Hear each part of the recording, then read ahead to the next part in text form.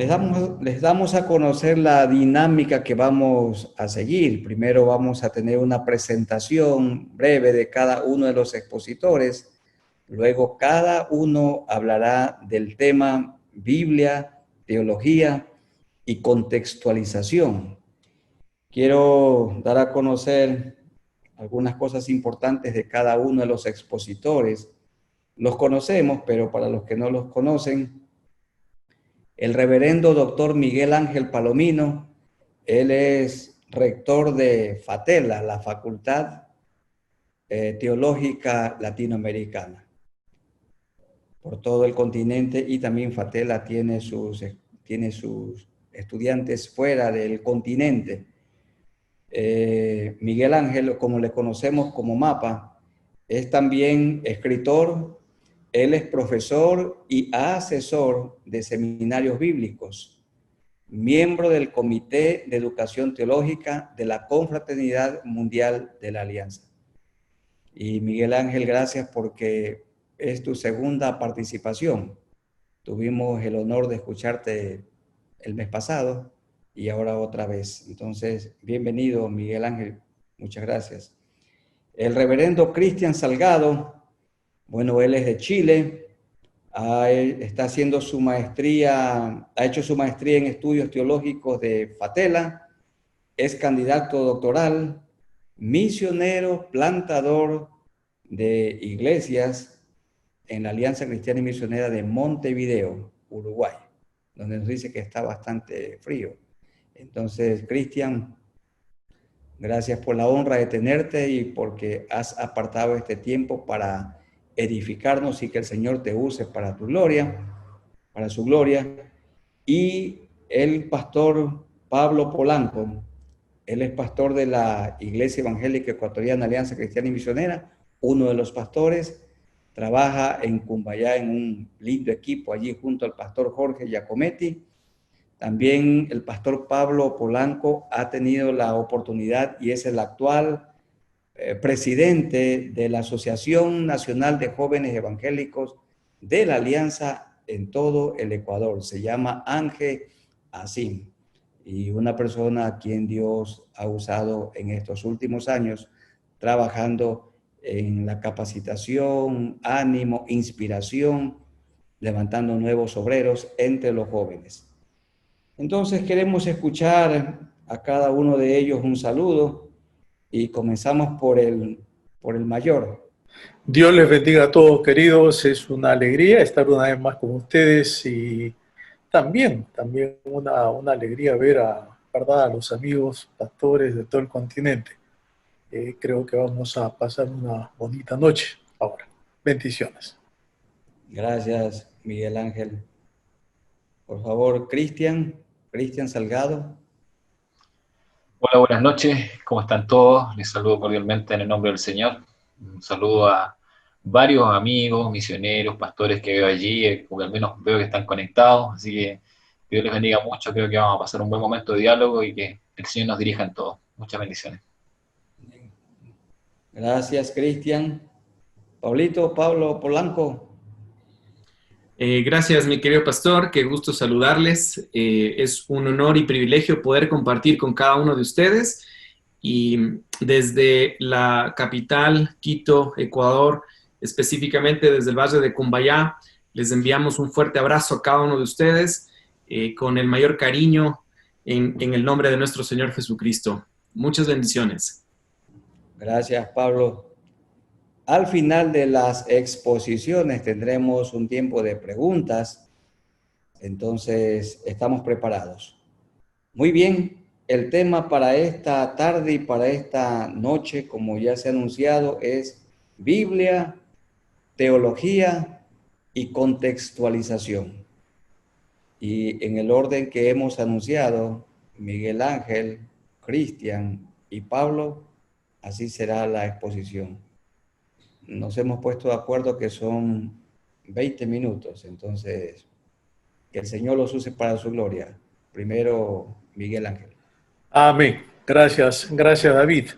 El tema está diríamos, encuadrado bajo la pregunta cómo esta generación entre 30 y 45 años está desarrollando el ministerio e interpretando los tiempos para moldear a la iglesia en las próximas décadas. O sea, esa es la pregunta general sobre la cual se construye entonces el tema.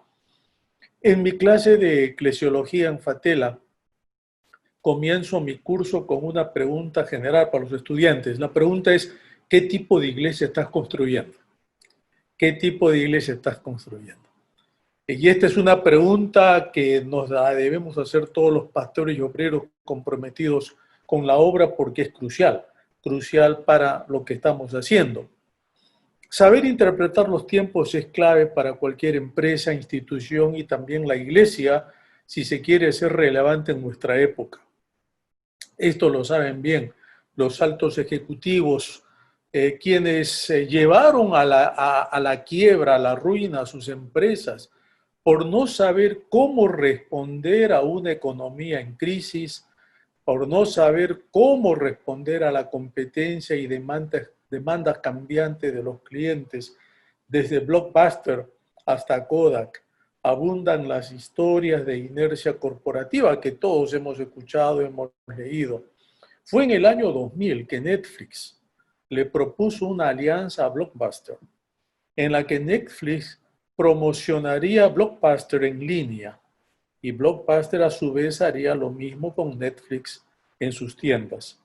Al ejecutivo de Blockbuster no le pareció buena idea.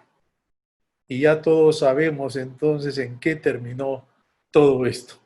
Cada época tiene sus desafíos únicos y aquellos que entienden bien los tiempos son los que lideran el mundo. Sea Netflix, que se ha convertido en el proveedor más grande de películas a nivel mundial, o una iglesia que busca tener un ministerio influyente en su ciudad. El desafío es el mismo: conocer los tiempos y descubrir la mejor manera de llegar a su generación. Notemos que en los días de la monarquía de Israel, las circunstancias estaban cambiando cuando David estuvo a punto de ser coronado rey. Saúl había muerto y los benjamitas tenían otras ideas sobre el sucesor del trono. Pero las otras tribus estaban a favor de David como su rey y se habían reunido en Hebrón, nos dice la palabra, para entregarle el reino de Saúl. Fue una época tensa en Israel y era necesaria una gran sabiduría para discernir esos tiempos.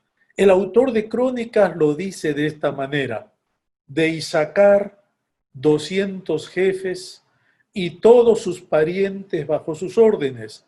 Eran hombres expertos en el conocimiento de los tiempos, que sabían lo que Israel tenía que hacer. Primera Crónicas 12:32. Me llama la atención que la palabra comprensión aquí, que comprendían los tiempos, dice, ¿no es cierto? Que conocían los tiempos. En el original hebreo significa tener perspicacia o actuar con prudencia, y refleja inteligencia, sabiduría, incluso astucia y habilidad. En otras palabras, no es solo comprensión de los hechos, sino un hábil análisis de lo que realmente significa una situación dada. Los hijos de Isaacar, que nos menciona Crónicas, habían analizado sus tiempos y sabían qué hacer, porque entendían lo que estaba pasando. Para ellos era obvio que Saúl no había sido un buen rey y que no había una dinastía establecida para mantener el reinado en la tribu de Benjamín. David emergió entonces como un verdadero líder en virtud de su carácter y habilidades. Él era el tipo de rey que Israel necesitaba en esos tiempos turbulentos. Además, ¿no había dicho Dios que el cetro saldría de la tribu de Judá? David era de esa tribu y naturalmente estaba calificado para ser el rey de Israel. Los hijos de Isaacar, estos 200 guerreros que aparece ahí mencionado, lo sabían, y ellos habían persuadido a todas las tribus para unirse y coronar a David como el nuevo rey de Israel. cuando leemos el pasaje completo, Crónicas 12, prácticamente todo el capítulo, vemos que en total había 270.800 guerreros. Miren eso, más de 250.000 de guerreros, listos para respaldar y pelear por David. Pero de ellos solamente se resaltan 200 hombres de la tribu de Isaacar que sabían qué hacer. Muchas veces la cantidad no significa mucho si no se sabe cómo usar los recursos que se tiene, ¿verdad? La capacidad de analizar correctamente la época y situación en la que se vive es de lo que se trata el liderazgo. Aquellos que tienen esta cualidad tienden a ascender a la cima y aquellos que carecen de ella obviamente quedan atrás. Cada generación necesita hombres y mujeres que puedan entender los tiempos y saber qué hacer a la luz de ellos. No se trata simplemente de conocer y repetir la Biblia de memoria. Más bien es saber cómo aplicar las verdades de la palabra de Dios a los problemas de nuestros días. Por ejemplo, ¿por qué la gente piensa como lo hace? ¿Cuáles son las necesidades reales de mi país? ¿Cómo podemos aplicar la verdad de las Escrituras de manera significativa a nuestra generación? Esto es lo que llamamos contextualización. Y el término contextualización se hizo popular en nuestra región allá en las décadas 60 y 70 en particular. Implica un intento de presentar las verdades inmutables del Evangelio dentro de contextos únicos y cambiantes de una manera relevante. El autor Dan Gilligan define la contextualización como una herramienta que posibilita en la medida de lo humanamente posible la comprensión de lo que significa que a Jesucristo se le puede llegar a conocer en todas y cada una de las situaciones humanas. Si bien la condición caída es, diríamos, eterno, ¿verdad? O sea, es algo que sucedió en la historia. Y si bien el Evangelio también es eterno porque es la palabra de Dios, sin embargo, las personas tienen diferentes cosmovisiones y a través de esas cosmovisiones definen cómo ellas se ven a sí mismas, cómo perciben el mundo y sobre todo cuál es su creencia en la deidad. De ahí que es necesario entonces contextualizar la palabra de Dios para que todos puedan entenderla. Noten ustedes que se puede contextualizar bien o mal el mensaje del Evangelio. Por eso es importante conocer no solo la necesidad de contextualizar el mensaje, sino también cómo involucrarse en el proceso de la contextualización de una manera adecuada. Paul Hibbert, que es uno de los antropólogos cristianos evangélicos más grandes que ha habido en las últimas décadas, bueno, él ya murió hace algún tiempo, pero él sugería en una de sus clases 4 niveles de contextualización, que las voy a mencionar nada más. La no contextualización, la contextualización mínima, la contextualización no crítica y la contextualización crítica. Notemos que en la no contextualización, la persona entiende la fe cristiana como algo que no es parte de la cultura humana. En otras palabras, rechaza la noción de que la cultura da forma a la manera en que uno recibe y practica el cristianismo. Grupos como, por ejemplo, los israelitas del Nuevo Pacto Universal en el Perú, o los Amish, este grupo menonita antiguo, ¿verdad?, que están en el Paraguay y en México, y aparte de Estados Unidos y Canadá, muestran un aislamiento total de la cultura y época en la que ellos mismos viven. La contextualización mínima, por su lado, reconoce que existen diferencias entre culturas, pero intenta limitar la adaptación cultural tanto como sea posible. Bajo este modelo, los misioneros pueden traducir la Biblia a un idioma extranjero, pero probablemente plantarán iglesias similares a las iglesias de su país de origen. La contextualización acrítica tiende a priorizar la cultura sobre el Evangelio. minimiza las verdades eternas que se encuentran en las Escrituras para enfatizar convicciones y prácticas culturales, dando como resultado un sincretismo cultural y religioso, que nosotros también lo hemos visto. Y por último, la contextualización crítica busca un enfoque equilibrado. La Biblia se ve como la revelación divina, no simplemente como narrativas creadas en el mundo antiguo.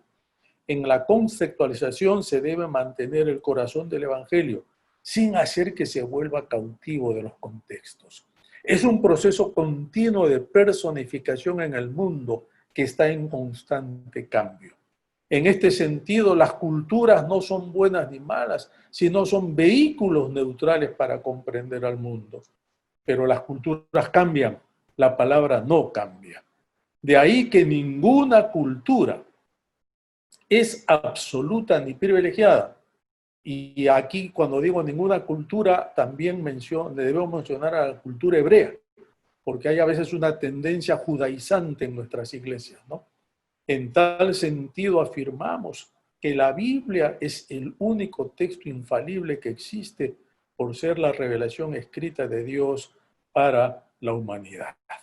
Ahora, así como el Evangelio tiene que contextualizarse para hacerlo relevante a través de los tiempos, la teología también debe contextualizarse como una herramienta para conocer a Dios.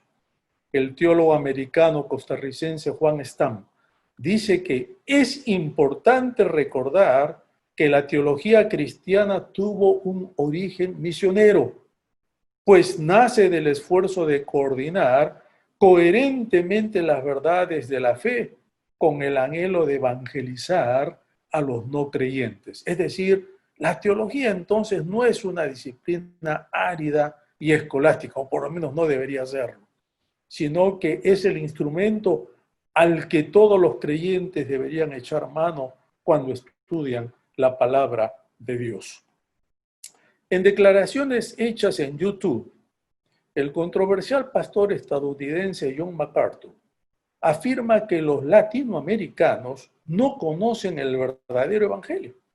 MacArthur añade que la gente en el mundo hispano sabe de Jesucristo, conoce la Biblia, pero no conoce a Cristo, no conoce el evangelio de la gracia y no conoce la revelación completa de las Escrituras. Si lo que dice MacArthur es verdad, significa entonces que los primeros misioneros que llegaron hasta nuestro continente no contextualizaron el evangelio ni la teología bíblica.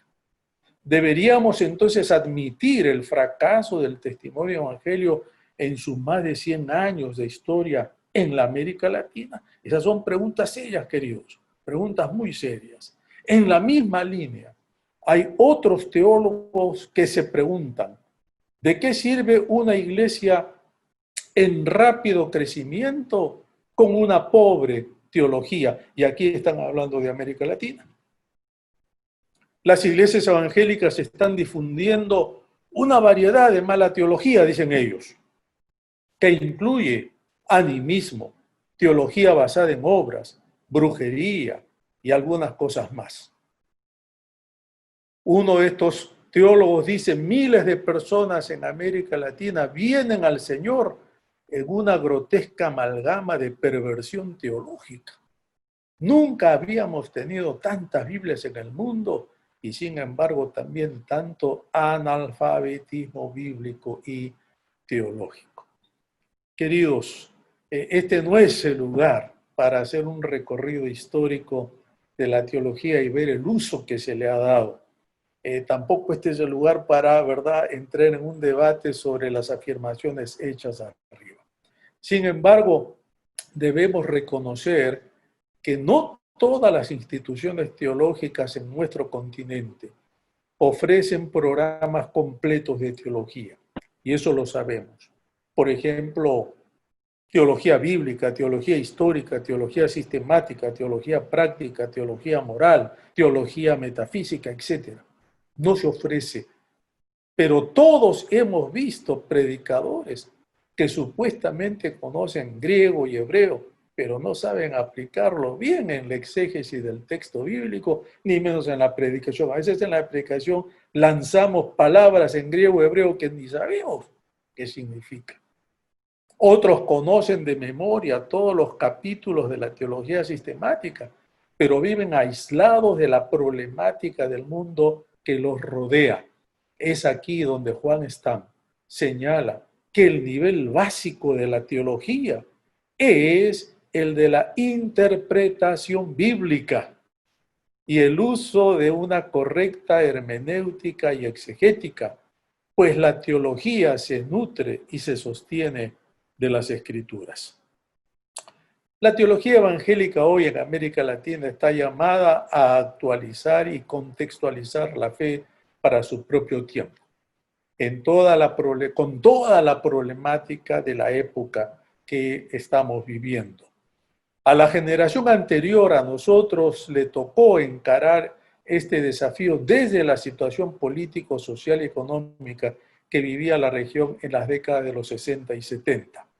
Ahí surge, por ejemplo, la Fraternidad Teológica Latinoamericana, que sentó las bases de una teología evangélica que hizo frente a la teología de la liberación y propició el desarrollo de la misión integral de la Iglesia, por señalar solamente dos temas.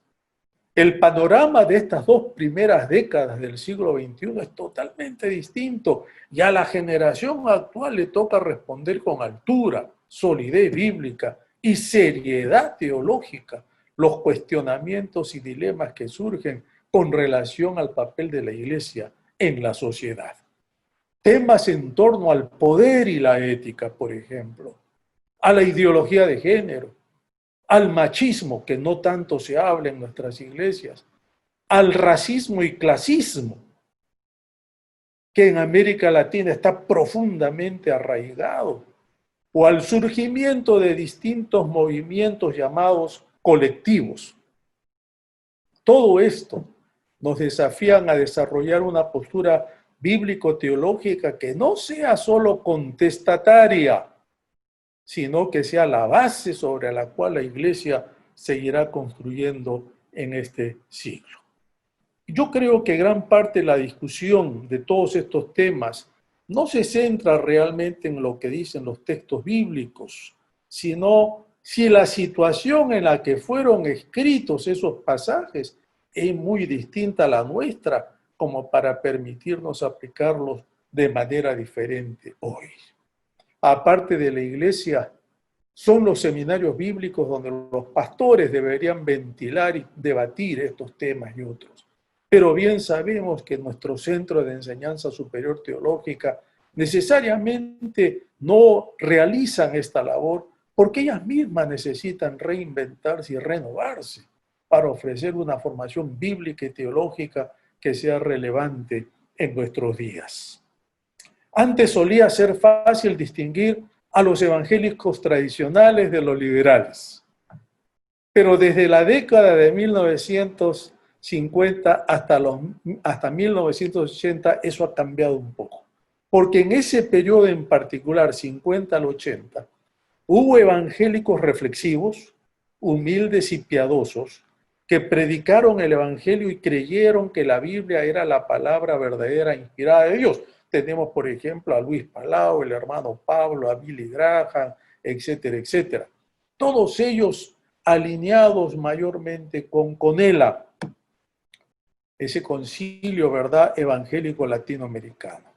Y luego estaban aquellos liberales, ¿no?, que se les llamaba así, alineados con Clay, los que no creían en la Biblia como palabra inspirada por Dios, ni en los milagros de Jesús, y menos en la resurrección.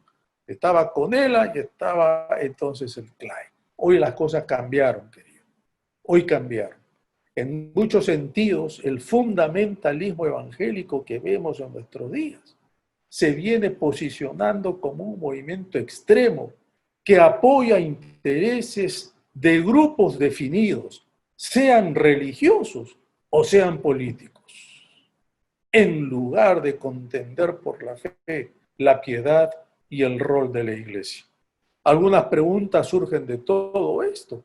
En particular, de algunos que creen que el fundamentalismo es un peligro tan grande para la iglesia contemporánea como lo es el liberalismo. Primero, ¿qué haremos con la narrativa bíblica? Últimamente se escucha mucho la palabra narrativa. Una narrativa es simplemente una historia mediante la cual presentamos una información. Las historias son poderosas, intrigantes y a menudo atraen el interés de la gente. Recordamos historias con más facilidad que cualquier otra cosa, con excepción quizá de las canciones. Dios se revela a sí mismo en la Biblia al contar una historia, una narrativa, a través de la cual se transmite una verdad. Y nos da un patrón básico de lo que llamaríamos la trama de cada historia. Ahí está el origen, la caída, la redención y la consumación. La Biblia nos dice de dónde vino el ser humano y todo lo que ha sido creado. Nos dice que la caída es el problema de la humanidad. También nos dice que la redención se arregla con la venida del Señor Jesucristo. Y la consumación, ¿verdad?, que es el retorno del Señor, nos habla de la meta o el ideal de la trama. Y casi todas las historias entonces siguen esta trama. ¿Qué vamos a hacer con esa narrativa bíblica? ¿Qué vamos a hacer? En segundo lugar, ¿qué tipo de hermenéutica es la apropiada para leer la Biblia? Y queridos, algunos seminarios nuestros en los últimos años han tenido dificultades aquí, porque la hermenéutica es importantísima, porque podemos llegar a un acuerdo sobre el significado de un texto específico, su aplicación hoy en día. Sin embargo, puede ser muy discutida debido a los diferentes puntos de vista que usamos en la hermenéutica. Por ejemplo, ¿qué hacemos con pasajes sobre la esclavitud, la homosexualidad, el liderazgo de las mujeres, etcétera? ¿Justificaremos cada decisión con referencia a la forma de la narrativa bíblica? En cualquier caso, ¿cuál es la narrativa correcta? Por ejemplo, queridos, ¿leemos la Biblia dispensacionalmente? Es decir, el estudio de las diversas edades, las 7 épocas o dispensaciones en la que Scofield divide la historia de la manera en que Dios trató con la humanidad desde el principio hasta el fin de los tiempos. ¿Así leemos la Biblia? Como si fueran 7 épocas. O leemos la Biblia desde la perspectiva del pacto o de la teología reformada.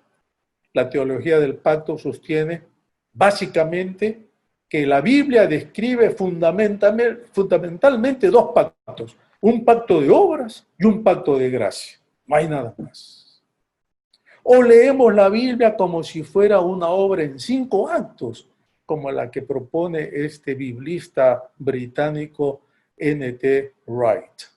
Para Wright, que dicho sea de paso es uno de los biblistas más prominentes en nuestra época, para él, los primeros 4 actos de la Biblia relatan la historia desde la creación del hombre hasta Jesús. Relatan la creación, la caída de Israel y naturalmente la persona de Jesús. Y el Nuevo Testamento constituye la primera escena del acto 5. Ahora, la tarea de la iglesia, nos dice Wright, es vivir bajo la autoridad de la palabra e ir inventando las siguientes escenas a medida que avanzamos, siempre permaneciendo dentro de los parámetros de la narrativa bíblica. Entonces, en otras palabras, la propuesta de este hombre es que Hechos todavía se está escribiendo porque la iglesia está todavía aquí en la tierra. Este modelo hermenéutico, por más novedoso que sea, ¿verdad?, y por más influyente que sea, porque ahora muchos leen la Biblia así, carece de una escatología. Wright no habla de la escatología. Y por eso que algunos dicen, ¿no?, quizás necesitamos añadir un 6º acto a esto. Tercero, ¿cuál es la relación entre la razón y las escrituras? Esto es importante también. Confiar en la razón humana sin hacer referencia a las escrituras es liberalismo clásico. Pero confiar en las escrituras sin hacer referencia a la razón no es pura espiritualización. ¿Qué hacemos cuando la razón humana parece entrar en conflicto con las Escrituras? Ya sea en trivialidades como la edad de la tierra, por ejemplo, o en teología, que un Dios amoroso predestina a algunos para que vayan al infierno. ¿Cómo debe interactuar la razón y las Escrituras? Yo creo que aquí tenemos un gran desafío todos nosotros, porque hoy más que nunca, queridos, los teólogos del Occidente están comenzando a prestar atención a las teologías que emergen de las culturas no occidentales. Y esto debido a que ahora la mayor concentración cristiana en el mundo ya no está ni en Europa ni en Estados Unidos, sino está entonces en América Latina, el África y el Asia. Aun cuando todavía algunos teólogos del primer mundo siguen con la idea de que la teología occidental es normativa y representa lo universal, mientras que todas las demás teologías, llámense africanas, asiáticas, negras, latinas, etcétera, son contextuales. Esto está cambiando. Esto está cambiando. Justo González, el historiador cubano, lo pone en estos términos. La teología occidental se considera teología normativa y universal todavía. Lo que se dice en Manila es relevante para Filipinas, pero lo que se dice en Tubinga, la Universidad de Tubinga en Alemania, Oxford o Yale, es relevante para la Iglesia Universal. Los teólogos blancos hacen teología universal, los teólogos negros hacen teología negra y las teólogas hacen teología feminista. Las declaraciones de González no son un rechazo a las tradiciones teológicas y confesionales heredadas, ni implica tampoco la primacía de lo indígena, lo contextual o lo local frente a las articulaciones teológicas de los centros tradicionales de investigación teológica del Occidente. Es simplemente reconocer que hoy hay más diversidad, hay más riqueza y pluralidad de perspectivas teológicas que emergen de la Iglesia alrededor del mundo. Por tanto, aquí estamos. Dios nos ha permitido aquí en nuestro continente tener una vivencia que no todos los continentes la tienen. Y miren ustedes que nosotros tenemos pobreza, desplazamientos humanos, migración, injusticia y demás males sociales. Pero en medio de todo esto hay una iglesia vibrante que no se ve en otras partes del mundo. No cabe duda que hoy más que nunca necesitamos hombres y mujeres como los 200 guerreros de Isaacar que sepan leer e interpretar los tiempos en los que estamos viviendo. La Alianza Cristiana y Misionera de América Latina ha crecido exponencialmente en las últimas décadas, pero necesitamos pastores y teólogos con discernimiento para guiar a la Iglesia a través del siglo XXI. Amén. Amén. Gracias, Miguel Ángel, por la exposición, por el desafío presentado. Y que el Señor levante de entre nosotros a esos hombres que conocen los tiempos como aquellos de Isaacar en el tiempo de David. Gracias, Miguel Ángel. Ahora tenemos a Cristian Salgado. Es tu tiempo. El Señor te use para su gloria. Perfecto, muchas gracias, Pastor. Gracias por la exposición también, Pastor Miguel Ángel. Que Dios le bendiga mucho. Y gracias por ese marco conceptual que nos ayuda también a circunscribir los distintos elementos que vamos a seguir dialogando ahora, ¿no? Bueno, decirles que toda esta interacción entre Biblia, teología y contextualización es algo que está en el diálogo fundamental acá, digamos, dentro de América Latina. Dado que me correspondió, por misericordia del Señor, participar de lo que es la plantación de iglesia en Montevideo, Uruguay, en un contexto ateo, agnóstico, pluralista, desde allí surgió la idea de comenzar a compartir esta temática. Me la pidió en algún momento una persona en específico para un taller, y ha ido creciendo, dado que el interés en América Latina tiene que ver justamente con cómo este fenómeno va provocando influencia dentro de las iglesias. Así es que se estructuró como una materia que compartimos en el seminario IVA en Buenos Aires. Lo compartí hace algunas semanas atrás como materia también en el seminario A.B. Simpson en Colombia, y también lo he compartido en la conferencia misionera de la Alianza Cristiana y Misionera de Chile. ¿Bien? Es probable que algunos de ustedes se den cuenta que van a reconocer algunos elementos por lo mismo, porque me pidieron que compartiera justamente esa temática, pero también hay algunos elementos nuevos, ¿bien? Y quiero desde allí que podamos ir profundizando de forma tal vez más práctica, desprendiéndonos desde el marco que nos acercó el pastor Miguel Ángel, ¿bien? Voy a compartir una presentación con ustedes y espero desde allí entonces que vayamos dialogando. Bien, veo al pastor David Mutre, a Miguel Ángel y a Daniel Fanderwood. ¿Me pueden confirmar si se ve bien la imagen? Gracias por esa confirmación. Vamos entonces. Bien, vamos a tratar de hacer esto en términos prácticos, ¿no? Cuando miramos el mundo de hoy, observamos una serie de elementos que de alguna forma nos invitan a una reflexión profunda. Escuchaba al pastor Miguel Ángel que nos hablaba de ser entendido en los tiempos. Bueno, hoy estamos viviendo un tiempo complejo, estamos viviendo una situación que tal vez nunca nos imaginamos en la historia, que algunos anticiparon de distintas formas.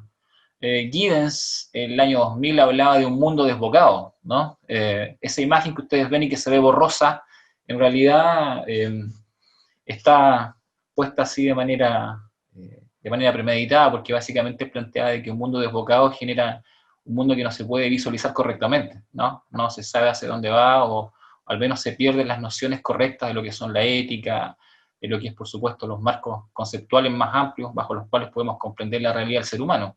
Así que Giddens hablaba de un mundo desbocado. Castells, en el año 97, hablaba de la sociedad red, para tratar de explicar el mundo en el que vivimos. Esta se parece a la imagen que tiene atrás de sí Paulo ahí. McLuhan en el 60 ya hablaba de la aldea global, ¿sí?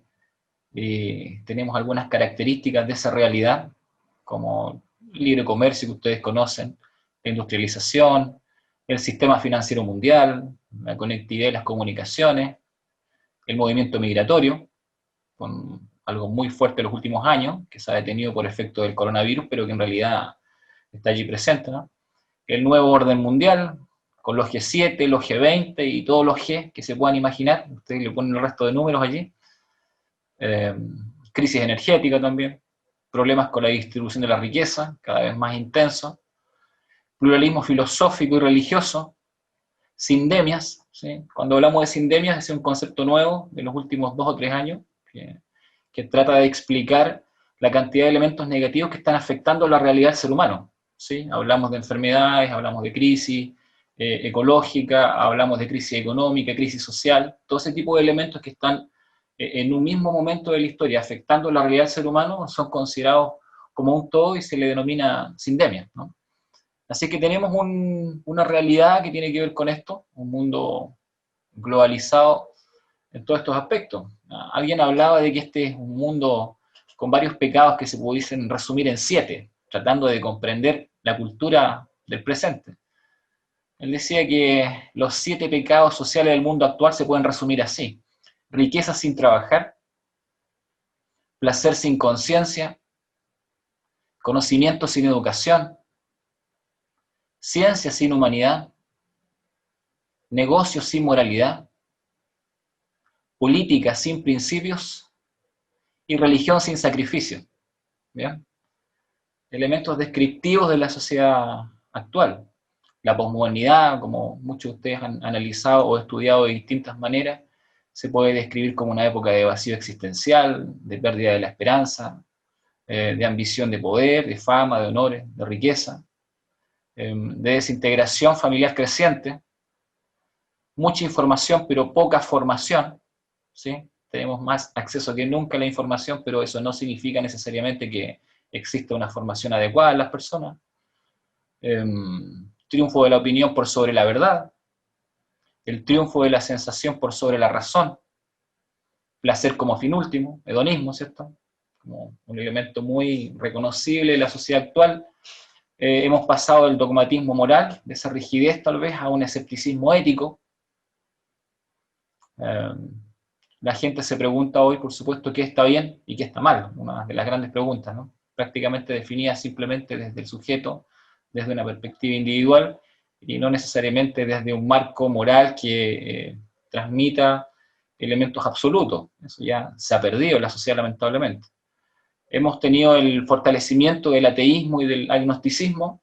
Esto es bastante notorio en los últimos años, y se ha fortalecido de una forma que después les voy a explicar, pero en realidad el ateísmo como tal es un fenómeno fuertemente marcado en los últimos 2 siglos. Si bien es cierto, siempre ha existido, vamos a decir que el ateísmo como tal es un concepto más bien post-cristiano, ¿bien?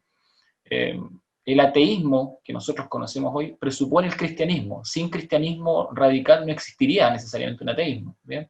Y el agnosticismo como tal plantea esta incapacidad del ser humano, le pone límite al conocimiento del ser humano y determina de alguna forma la incapacidad de poder definir si Dios existe o no existe. ¿Bien? Ante eso, el agnóstico plantea una incapacidad y, por supuesto, la imposibilidad de aceptar la existencia de Dios. Esto es parte de la realidad que tenemos hoy en la sociedad. Grandes científicos han afirmado algo como esto, ¿no? Dios no existe, los milagros no son compatibles con la ciencia. Eso es parte de lo que está presente en la sociedad y es parte de la formación que tienen muchos de nuestros jóvenes en la iglesia. ¿Ya?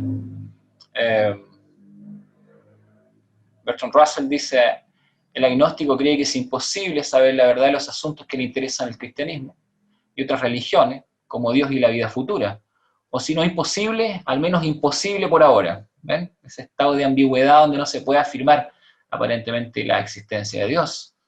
O como decía Aldous Huxley, que es pariente de quien estructuró el concepto del agnosticismo.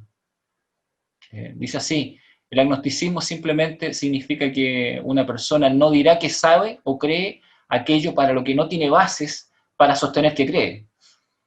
Parece trabalenguas, pero en realidad intenta definir que obviamente nadie puede tener una definición exacta de qué es verdad y por lo tanto no puede definir la existencia de Dios.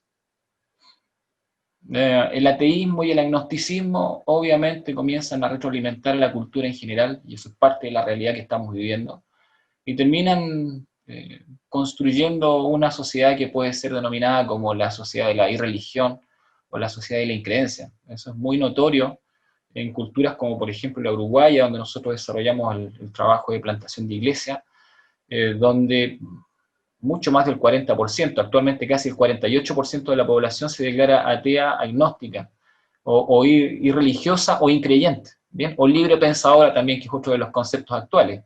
Entonces tenemos un muy marcado énfasis en esta área. Acá en Uruguay el 32% de la población aproximadamente se declara católica, y evangélico es mucho más bajo. Estamos hablando de un 5 o un 6% dentro de una población muy pequeña, así que en realidad tiene no solamente pocas personas, sino que además muy poca incidencia en la vida social.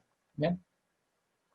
Acá tenemos entonces una cultura de la irreligión y de la increencia que retroalimenta obviamente a una cultura atea y agnóstica. Como dice acá, sin embargo, la cultura de la irreligión y la increencia necesita algo que le permita socializar su sistema de pensamiento. Pues la mayoría de las personas en el mundo siguen siendo religiosas. Entonces necesita un elemento que le permita ser sostenida y creída dentro de la sociedad y que le permita que las personas que son ateas o agnósticas, ¿no?, puedan de alguna manera expresar este agnosticismo o ateísmo sin el riesgo de ser cuestionado. Bueno, el único elemento que permite eso lo vamos a reconocer ahora. ¿Cómo pueden convivir creyentes y no creyentes en una cultura atea, agnóstica, ¿cierto? ¿Cómo pueden coexistir religiosos y no religiosos, finalmente? Opción 1, un grupo cede frente al otro, sería una de las opciones. Opción 2, un grupo somete al otro, que es lo que ocurre también en algunas culturas, ¿no? Y la opción 3, que tal vez es la opción occidental, todos ceden frente a un sistema de pensamiento que los integre igualitariamente. ¿Bien? Y ahí tenemos entonces el surgimiento del pluralismo, como el elemento integrador de todos los sistemas de pensamiento, sean creyentes o no creyentes, religiosos o no religiosos, todos tienen cabida en una cultura o en un sistema de pensamiento donde finalmente son aceptados en condiciones de igualdad, donde todos pueden desarrollar un tipo de verdad, digamos, que está a la misma altura del otro. Donald Carson, definiendo lo que implica el pluralismo actual, dice así: ninguna ideología, filosofía o religión tiene derecho a proclamar que es correcta o verdadera y que las demás son falsas o relativamente inferiores. Si lo hace, está necesariamente equivocada. ¿Ven? Entonces, esa es la definición de pluralismo que de alguna forma está presente en la sociedad y que impide que incluso se dialogue o que sea necesario el diálogo, ya que en realidad la verdad está en aquel que la emite en sus parámetros absolutamente personales. ¿Bien? Por lo tanto, el ateísmo, el agnosticismo, la irreligión, la increencia, pero también la religión y la creencia están a un mismo nivel, todos integrados dentro de la cultura, avalados por el pensamiento pluralista que le da a todas exactamente el mismo peso. ¿Bien? ¿Cuál es el problema con esto? Obviamente que esta socialización de los distintos sistemas de pensamiento por medio del pluralismo genera un conflicto, genera paradigmas en tensión, vamos a decir. Y tenemos al menos 3 grandes paradigmas que están actualmente en tensión. El primero, vamos a decir acá, es el exclusivista. El exclusivismo tiene que ver básicamente con una postura mucho más fundamentalista. Al cristianismo lo podemos ubicar dentro de lo que es una mirada exclusivista, dado que tiene una definición precisa, cree en la revelación, por supuesto, ¿cierto? Cree en la persona y la obra de Jesucristo, y obviamente cree que fuera de eso no hay salvación. Por lo tanto, se va a definir desde esa perspectiva y va a entrar en conflicto con los distintos sistemas de pensamiento.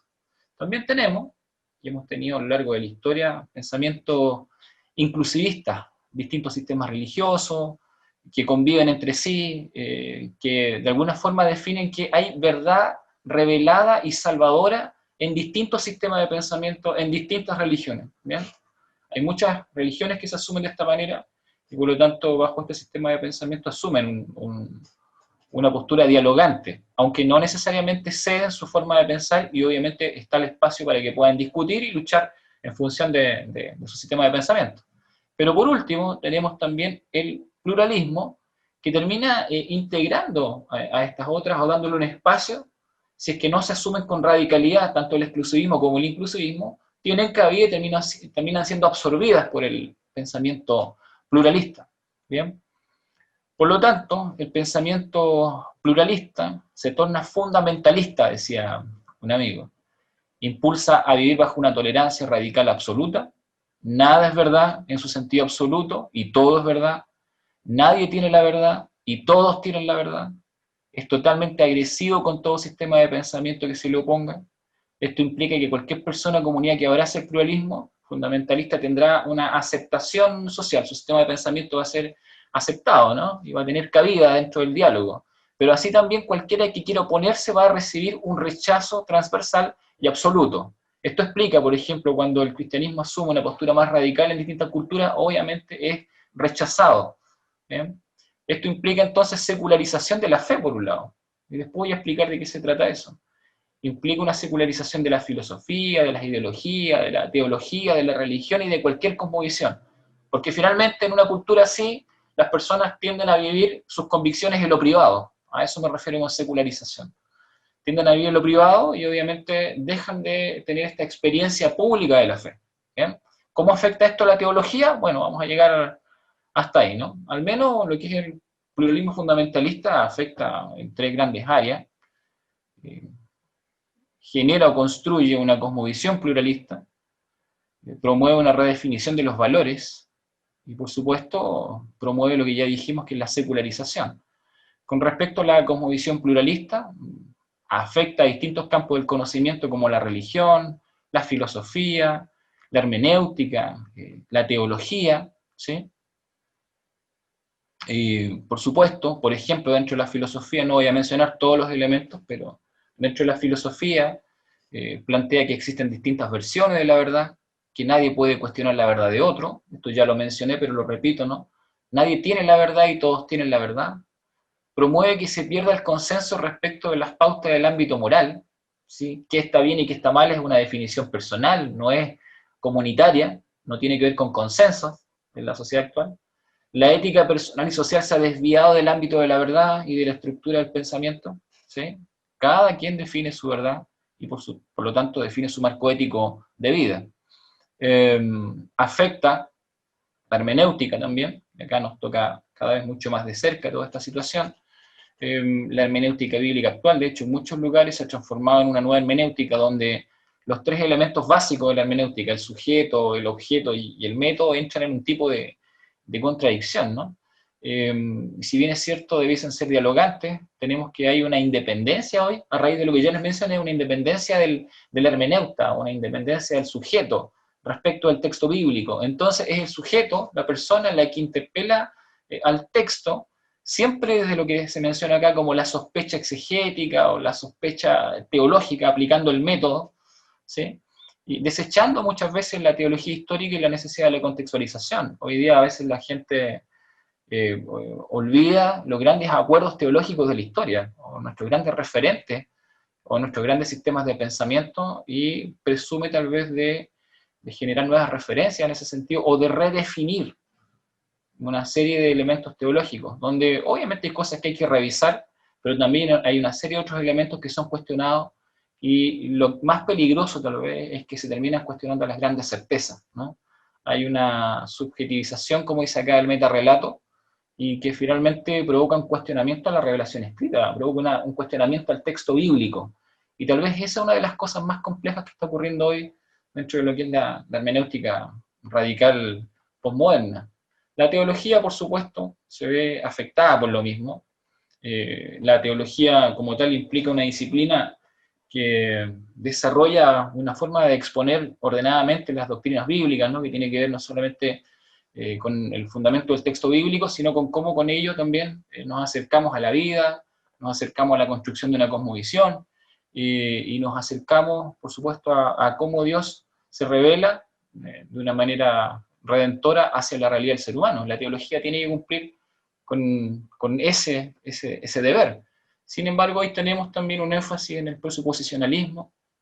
Eso quiere decir que hay una propuesta de que la verdad absoluta está diseminada, no está en el sistema de pensamiento cristiano solamente, sino que se encontraría en distintos sistemas de pensamiento teológico. Hay una teología ecléctica, que quiere decir que toma un poquito de por aquí, un poquito de por allá, ¿no? Y que finalmente termina creando como un tipo de sincretismo teológico. Hay muchos cuestionamientos hoy en la teología postmoderna, incluso el cuestionamiento con respecto a la persona y a la obra de Jesucristo, y con respecto incluso a la historia, para sostener la teología, ¿no? Así que tenemos ese tipo de fenómenos que están provocando una afectación bastante generalizada. Este es Vigil, un autor católico. Él dice: la teología pluralista es una nueva forma de ver y de ser caracterizada fundamentalmente por el abandono de las pretensiones de exclusividad, unicidad y absoluticidad, y la concesión a los otros caminos religiosos de una validez salvífica semejante a la que reclamamos para nosotros mismos. ¿Ven? Ahí está. O sea, hablamos de una teología que aparentemente reconoce verdades salvíficas en todo lugar. Obviamente ahí hay un conflicto profundo, y sin embargo, a raíz de la influencia del pluralismo fundamentalista, tenemos esta idea de que debe ser aceptado este sistema de pensamiento. Otra de las cosas que dije que afectaba es la redefinición de los valores, que tiene que ver con un nuevo concepto del tiempo, una redefinición de la felicidad, de la verdad, de qué es el amor, y por supuesto, finalmente, cuál es el propósito de la vida. Zygmunt Bauman, escritor que probablemente muchos de ustedes conocen, decía esto: lo que antes era un proyecto para toda la vida, hoy se ha convertido en un atributo del momento. Y esto es una pregunta real, miren. ¿Cómo se las arreglan para estar juntos 65 años? Ellos respondieron de esta forma: nacimos en un tiempo en que si algo se rompía, se arreglaba, no se tiraba a la basura. ¿Bien? Interesante, ¿no? Cómo han ido cambiando las cosas y cómo los elementos fundamentales de la vida se han redefinido y se han vuelto desechables. Eso es tremendamente alarmante. ¿Qué tiene que decir la teología cristiana bíblica a raíz de esto? ¿O frente a esto? Y por último, el tercer elemento que mencioné es la secularización. Esto considera creer en Dios, pero no aceptar su autoridad e influencia en la vida diaria. Las personas comienzan a vivir una realidad secularizada, ¿no? Una fe a mi manera, como dice allí la expresión. una fe en el ámbito de lo privado, una fe sin evidencias externas, y la consecuencia es que se produce generalmente en estos escenarios mucha indiferencia espiritual y las personas dejan de cuidar su relación con Dios. ¿Bien? Secularización. Tenemos mucha gente hoy que es un excelente cristiano de fin de semana o un excelente cristiano en una reunión, pero el resto de la semana en el trabajo, en la familia, no aplica los principios ni la ética cristiana. ¿Bien? Cuando vemos esa escena, obviamente nos estamos refiriendo a escenas de secularización. O tenemos a veces un joven o una persona que puede estar en una reunión cristiana un par de horas y después de la reunión se va, no sé, voy a decirlo suavemente, no sé, va a un baile con los amigos o hace cualquier otra cosa que no tiene nada que ver con una tía cristiana. ¿Por qué ocurren esas cosas hoy? Bueno, la gente hoy está viviendo, no todos obviamente, pero una buena cantidad está viviendo con un pensamiento secularizado. Ha sido afectado por el pluralismo y de alguna forma y aparentemente no pueden ser cuestionados. ¿Hay un impacto profundo sobre la cultura popular? Por supuesto que sí. Afecta todas las áreas de la realidad y de la sociedad. Afecta los principios, la religión, la economía, la ley, la filosofía, la teología, la hermenéutica. ¿Ven? Y termina afectando las leyes, las instituciones y las estructuras y por supuesto los estilos de vida. Algunas características de los contextos influenciados por este sistema de pensamiento. Bueno, poca influencia del cristianismo en la elaboración de las leyes públicas. Si ustedes pueden reconocer algún elemento dentro de su cultura o sociedad, sería muy apropiado. Menoscabo del cristianismo como un rasgo de ignorancia. Crecimiento del nominalismo. ¿Sí? Proyecto de vida no asociado a la vocación cristiana. Crecimiento de una actitud antirreligiosa, particularmente en los jóvenes. Fragmentación de la cosmovisión cristiana. Misticismo. Hermenéutica individualista. Ética situacional. Pragmatismo. Relativización de la verdad. Desintegración familiar creciente. Y cuestionamiento a Dios, a su palabra y a la iglesia. ¿Ven?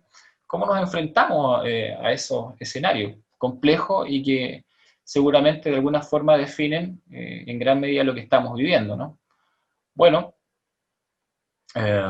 si nosotros hacemos una pequeña mirada al mundo, dice comparación entre la presencia cristiana y la expansión de la religión y la increencia a nivel mundial. Ustedes ven en el mapa de arriba, en color, creo que lo ven en lila, morado, no sé cómo le pueden llamar en su país, ¿sí? Las sociedades o países donde fundamentalmente hay más influencia cristiana. Si miran abajo, en los tonos cada vez más azules o más intensos, está la mayor presencia de irreligión e increencia a nivel mundial. Eso significa que hay mayor cantidad de irreligión e increencia en las culturas cristianas. ¿Bien? Se dice que en Suecia hay cerca de un 85% de ateos y agnósticos, ¿bien? Y se enseña la ideología de género desde muy temprana edad como parte del sistema educativo. ¿Bien? Se dice que Islandia tiene casi el 100% de los menores de 25 años definido como ateo o agnóstico. ¿Bien? Para que vean cómo va creciendo esto a nivel mundial. En América del Sur, miren cómo ha crecido. Acá está la estadística de cómo ha disminuido el catolicismo, la C representa eso, acá están los años, del 95 al 96 al 2017, 2018, cómo ha crecido el mundo evangélico, que efectivamente ha crecido en ese periodo de tiempo, pero miren ustedes cómo ha crecido el agnosticismo, ateísmo y la increencia. En Argentina pasó de un 6 a un 20%, en Bolivia de un 3 a un 18%, en Brasil de un 6 a un 10%, en Chile de un 8 a un 39%, en Colombia de un 5 a un 9%, en Ecuador de un 4 a un 7%. El único país que se mantiene inalterable en esto es Paraguay. Interesante el caso de Paraguay, que mantiene un alto número de católicos y ateos, agnósticos e increyentes un 1%. Perú de un 1 a un 8%, Uruguay de un 18 a un 47% y Venezuela de un 5 a un 12%. Si usted piensa que esto no le va a afectar, quisiera decirle que además el crecimiento, esto es muy intenso básicamente en los últimos 10 años. ¿Bien? Y si uno mira la tendencia en otras culturas, como por ejemplo en Estados Unidos o en Europa, se da cuenta de que esto es creciente. Entonces nos vamos a enfrentar cada vez más a una sociedad increyente, atea, agnóstica, pluralista, lo que he resumido de alguna forma, ¿no?, en estos conceptos que hemos compartido. Dentro de este escenario, obviamente nosotros tenemos que comenzar a preguntarnos cómo vivimos, ¿no?, cómo enfrentamos esta realidad. Nos podemos preguntar cuál es la iglesia correcta en este escenario. La terapéutica, de la prosperidad, dicen algunos, apostólica y profética, dicen otros, filosófica, emergente, liberal, conservadora, fundamentalista. Cuando doy la materia con la gente, ahí hablamos de cada una de ellas. No tengo espacio para hacer esto, pero al menos nos sirve de referencia. ¿O cuál iglesia es mejor? A veces hay un concepto pragmático a raíz de los números. ¿Cuál es mejor, de acuerdo a lo que ustedes pueden ver ahí? ¿Cuál es mejor en términos de templo, ¿no? Estoy usando un concepto ahí de riqueza. ¿Cuál iglesia es mejor? ¿Cuál es más exitosa? No son sinónimos. Un templo lleno de una iglesia madura. Un megatemplo de una iglesia. Un grupo musical no es lo mismo que alabanza y adoración. Una iglesia empresa no es lo mismo que una comunidad de siervos. Las multitudes no es lo mismo que vidas cambiadas. Y por supuesto la manifestación emocional no necesariamente es igual a la obra del Espíritu. Bien, son elementos que tenemos que considerar frente al escenario que estamos viviendo. Tozer, que algunos de ustedes conocen, decía: la iglesia parece haber decidido que si no puede conquistar al gran Dios del entretenimiento, le va a ir mejor uniéndose a él, utilizando sus poderes cuanto más pueda. De modo que tenemos hoy ante nosotros el espectáculo chocante en que se vierten millones de dólares para realizar el trabajo nada santo de suministrar entretenimiento terrenal para los llamados hijos del cielo. Tozer era aliancista, así que espero que a nadie le duela lo que dijo Tozer hace varios años atrás, pero que de alguna manera habla mucho del presente, ¿no?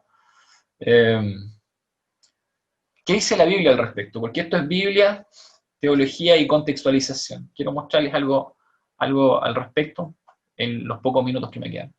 Dice allí que Jesús volvió en el poder del Espíritu a Galilea, y Jesús dijo: el Espíritu del Señor está sobre mí. Yo creo que todos conocen ese pasaje, esa definición de Jesús de iniciar el ministerio en el poder del Espíritu, no porque el Espíritu no estuviese en él, sino porque de alguna forma también nos daba ejemplo, ¿no? Y al explicar su predicación allí, o ese texto de la palabra que él leyó, su exposición fue muy corta. Él dijo: hoy se ha cumplido esta escritura delante de vosotros. Y de alguna manera todo lo que implica la misión de la iglesia, la vida de la iglesia, el ser de la iglesia, está resumido en la persona de Jesucristo. ¿Bien? Entonces fue Jesús también el que le dijo a sus discípulos, pensando en esta referencia, de que cuando él ya iba a partir, ¿no?, la última predicación de Jesús con sus discípulos es esta, la que está en Hechos 1. Dice allí: no os toca a vosotros saber los tiempos, las sazones que el Padre puso en su sola potestad. Se refiere a que los discípulos estaban haciendo una pregunta incorrecta, ¿no?, preguntando si acaso se iba a restaurar el reino de Israel en ese tiempo. Esa no es una pregunta adecuada para este momento, dice Jesús. Pero dice: recibiréis poder cuando haya venido sobre vosotros el Espíritu Santo, y me seréis testigos en Jerusalén, en Judea, en Samaria, y hasta lo último de la tierra. Entonces la voluntad de Jesús allí queda claramente expresada en esta idea de ser testigo. Cuando venga el Espíritu Santo sobre ustedes, recibirán poder y seréis mis testigos. Ese elemento es esencial, porque Jesús elige personas para que sean sus testigos en medio de las complejidades de este mundo. Y testigo es una palabra que tiene que ver con el griego martus, ¿cierto? Y que se refiere a un individuo que es capaz de morir por sus creencias.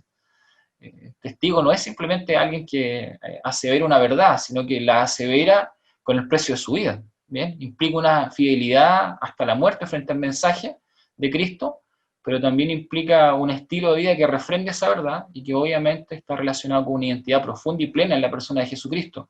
Por eso testigo es equivalente a mártir. ¿Bien? A veces hemos perdido el peso de la palabra a través de la historia, pero testigo tiene que ver con eso. Y Jesús dijo: yo quiero que ustedes sean mis testigos, quiero que sean mis mártires de alguna manera, ¿no?, que asuman con convicción el mensaje hasta las últimas consecuencias.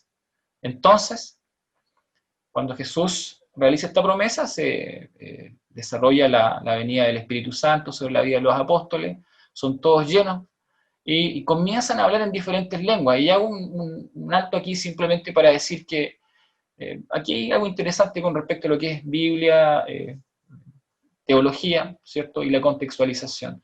Normalmente este pasaje se utiliza en algunos lugares para definir una neumatología, a veces muy sesgada y muy cerrada con respecto a la obra del Espíritu Santo, incluso para aseverar que esto sería la gran prueba del bautismo del Espíritu.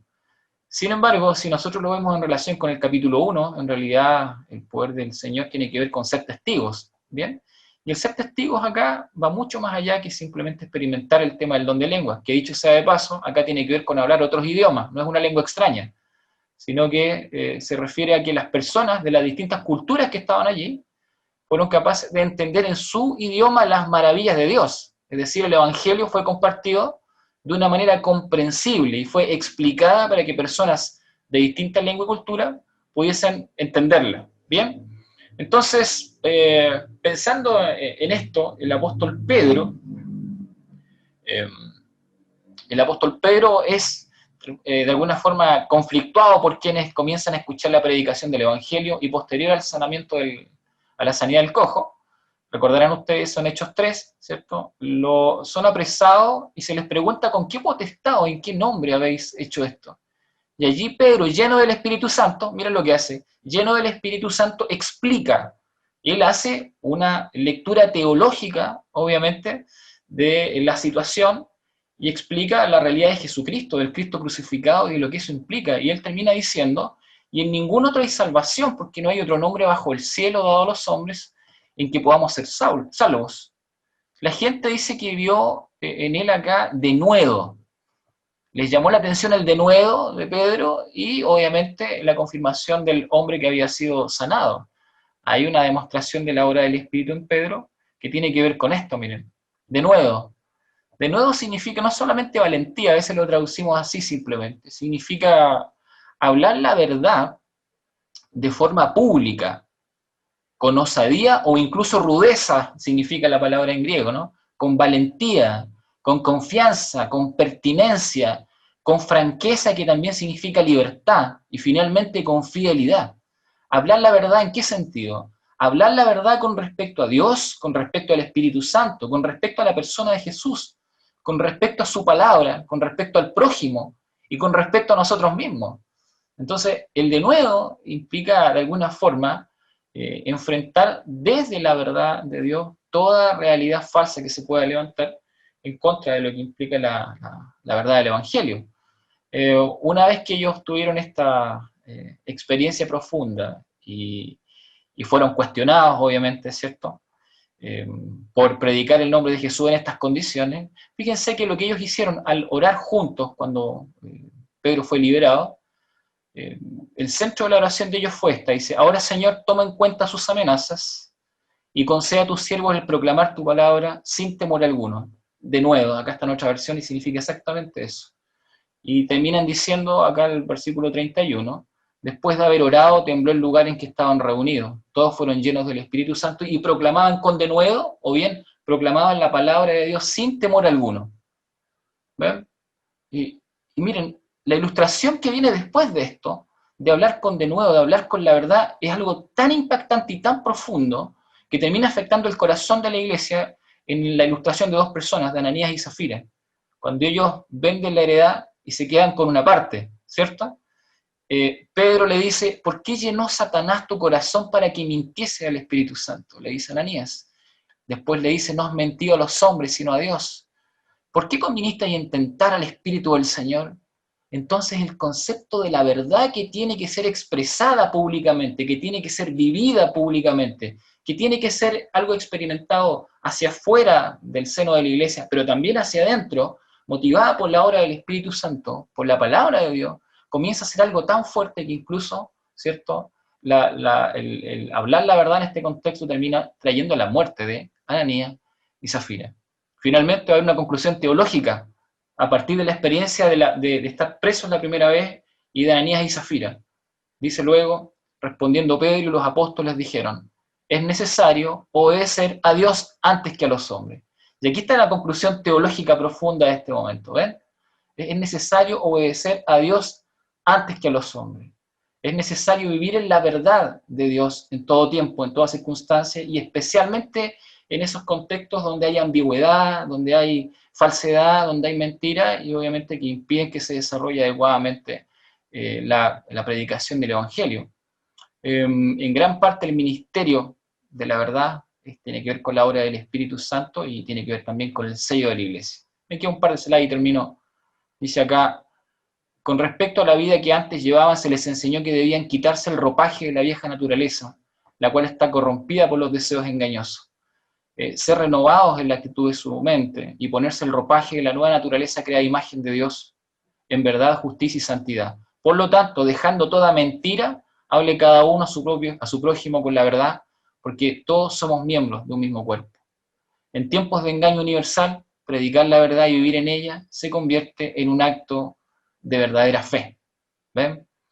Una teología para hoy, por supuesto, que contemple todo el texto bíblico, que sea contextual, que sea contemporizada, que responda a estos tiempos, que sea pertinente, que sea, como decía John Stott, del Cristo total para el ser humano total, que sea una verdad que derrumbe mentiras, como decía otro autor, y como decía Esteban Bott, que derrumbe mundos viejos y construya mundos nuevos. ¿Bien? Y para quienes quieran asumir ese desafío de una Biblia, de una teología contextualizada en el contexto que hemos hablado hoy, por supuesto, esta es una definición de fe. Porque para mí el vivir es Cristo y el morir es ganancia.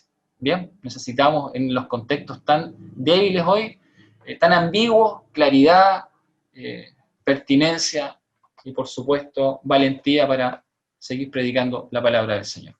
Bien, muchas gracias. Muchas gracias, Cristian, por la exposición. Gracias, que el Señor te bendiga. Y tenemos al pastor Pablo Polanco. Gracias, mi querido pastor David. También gracias a Cristian y al doctor Miguel Ángel Palomino por las explicaciones y cómo podemos proyectar las diferentes orientaciones, tanto bíblicas, teológicas y contextuales.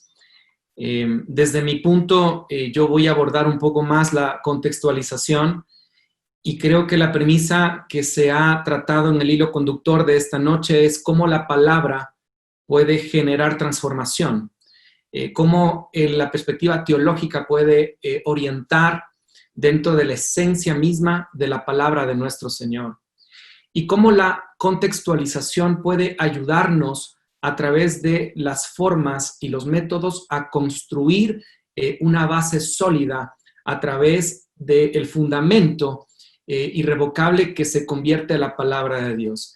Y en este tiempo, las formas han cambiado, los métodos podrían estarse evolucionando, pero el mandato de nuestro Señor se mantiene intocable.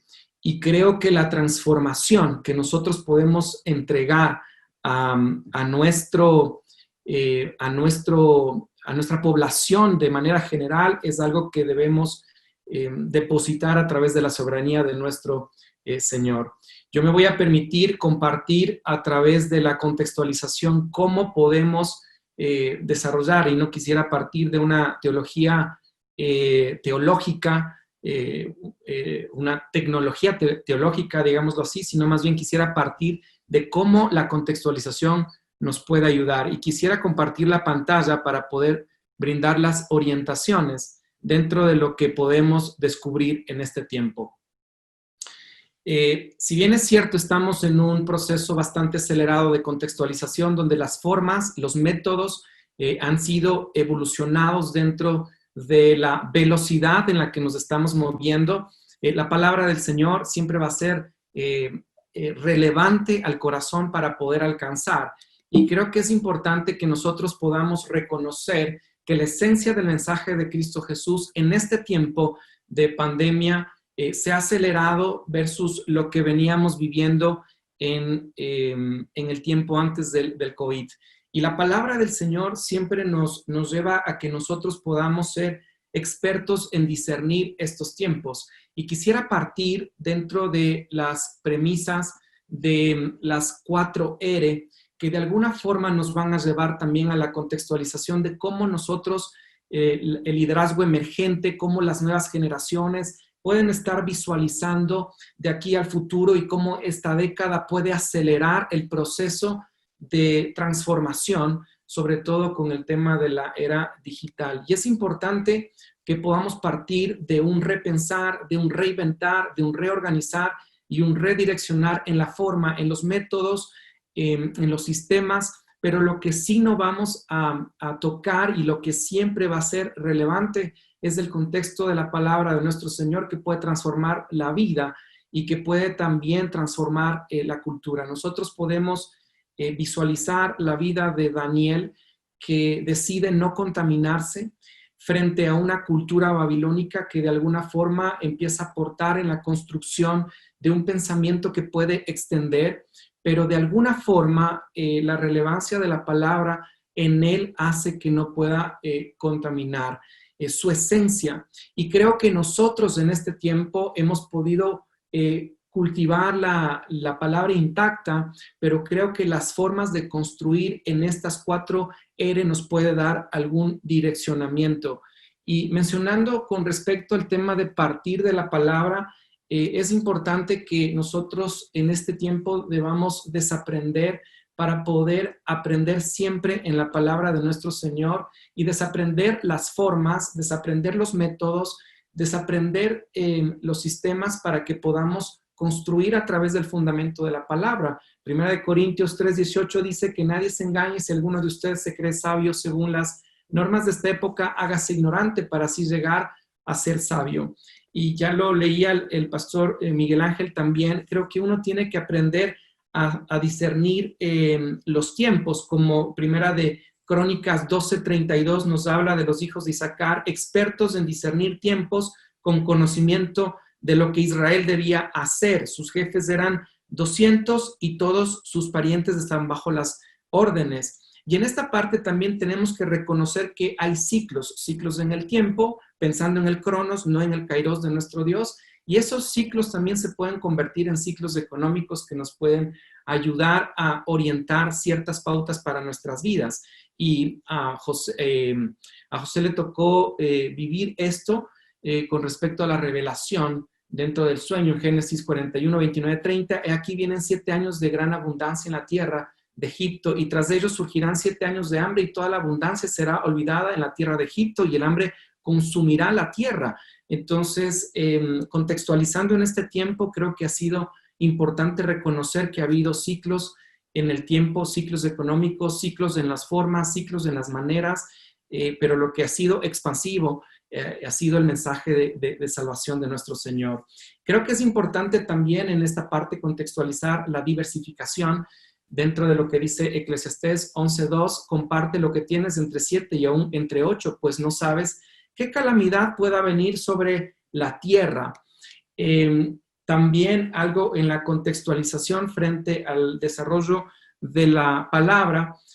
Proverbios nos dice que el diligente puede alcanzar mucho, y el diligente concentrado en el fundamento, en la visión que el Señor coloca a través de la palabra. Los pensamientos del diligente ciertamente tienden a la abundancia, mas todo lo que se apresura alocadamente de cierto va a la pobreza. El liderazgo emergente está proyectando lo que está visualizando con respecto a la velocidad y el desarrollo de lo que estamos viviendo. Yo no sé cuántos de ustedes vieron esta película. Años atrás, en el 2008, se estrena esta película que nos deja algunas pautas sobre cómo la contextualización se visualizaba frente a la velocidad de la dependencia o la independencia de la tecnología, el desarrollo de la robótica, el tema de la automatización. Y creo que es importante saber que hacia allá vamos. Y esta película nos puede dejar ciertas pautas dentro de lo que se proyecta, dentro de las generaciones, dentro de la solvencia y dentro de cómo se visualizan las formas dentro de la aceleración del tiempo, ¿no? Y quisiera compartir con ustedes este video que nos ayuda a entender cómo esta época que que nos ha desarrollado un aceleramiento sobre todo a donde vamos, y en este sentido la forma, los métodos, la manera en la que uno puede desarrollar teología o cómo uno puede también fundamentar la palabra caminando paralelamente con respecto a esa velocidad que nos estás llevando. Es una bendición estar aquí ahora en la forma en la que hemos acortado la distancia. Antes no nos hubiésemos imaginado ni siquiera estar acá, frente a este proceso en lo que ya nosotros estábamos viviendo ciertos aceleramientos de la tecnología. ¿Ahí lo están viendo? Bien. Lo siento.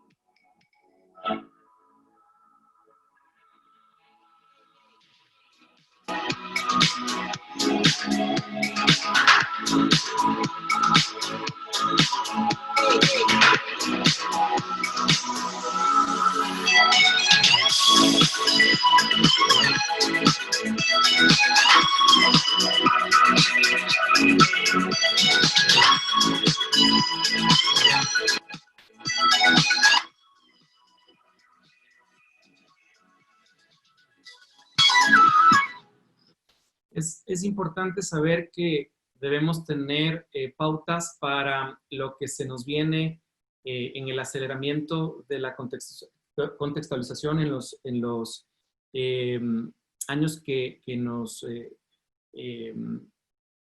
están llegando. Y es importante saber que las nuevas generaciones están pensando en las formas en las que vamos a responder, las respuestas que vamos a brindar como iglesia a los dilemas, no solamente éticos, sino también al aceleramiento a través de la tecnología, el desarrollo de la robótica, cómo nosotros podemos tener respuestas a la acción con respecto a la automatización, cómo eso nos puede beneficiar, cómo eso nos puede perjudicar. Y creo que es importante que el filtro, la palabra del Señor, nos ayuda a que podamos construir y que podamos guiar a las nuevas generaciones. En este sentido, creo que es importante mirar cuál es el mapeo y hacia dónde vamos caminando frente a la contextualización de esta aceleración del desarrollo de la industria 4.0.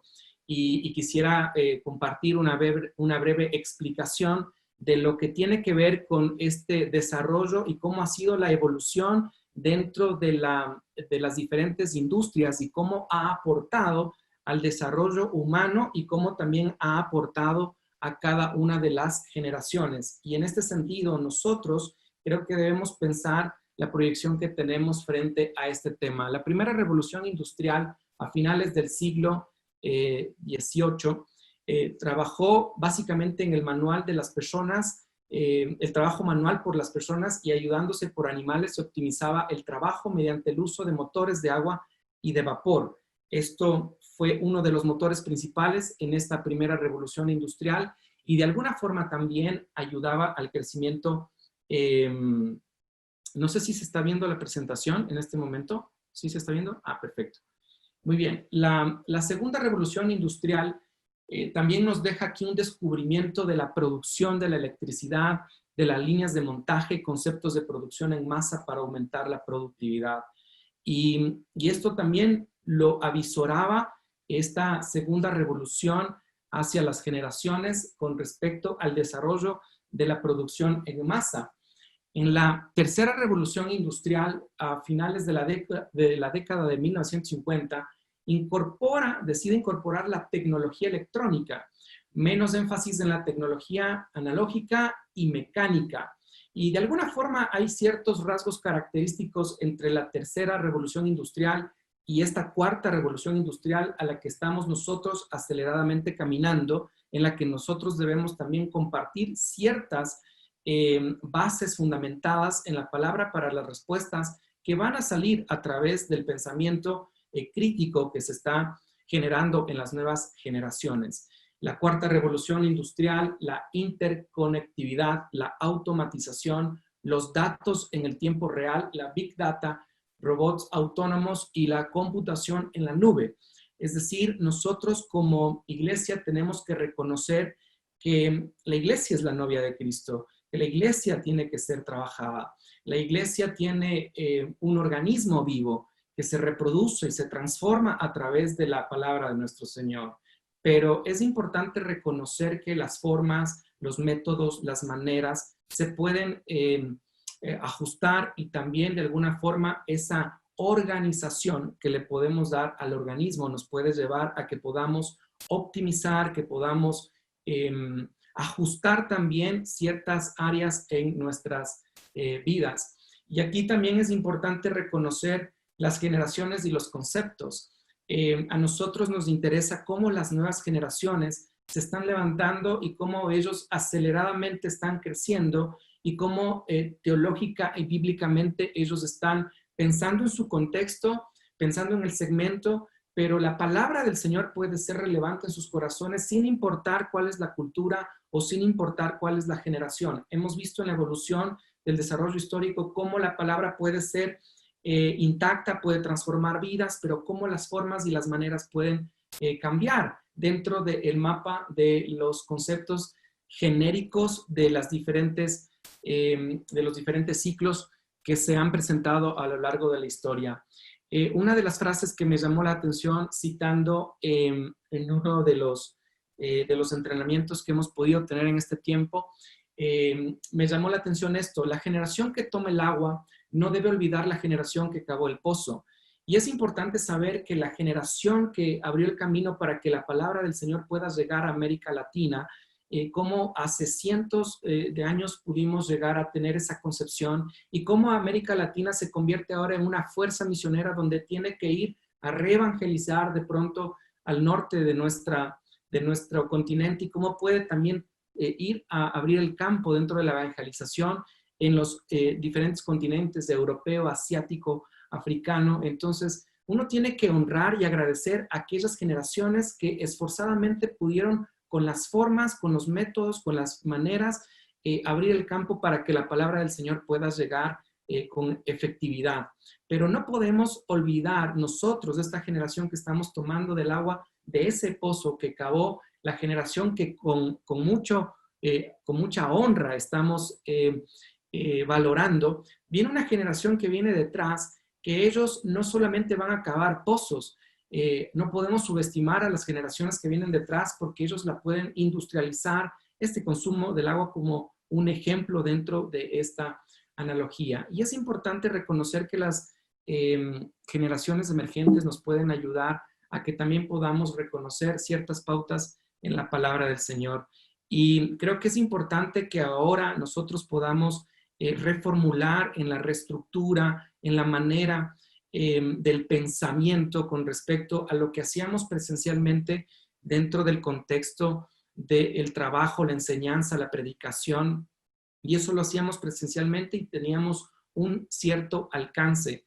Ahora, con el aceleramiento dentro de esta década, podemos llegar a tener paralelamente el trabajo presencial y el trabajo virtual. Lo que estamos haciendo en este momento, exponencialmente estamos llevando la palabra, estamos edificando, estamos construyendo, estamos bendiciendo, y creo que es importante reconocer que en este sentido nosotros debemos incorporar un reajuste dentro de nuestra programación, validando nuestras formas, nuestras maneras, cómo podemos reestablecer y reestructurar nuestros presupuestos, nuestro recurso humano, nuestro recurso visual, cómo podemos nosotros ayudar a que la expansión de la palabra pueda también ser acelerada para llegar con la transformación.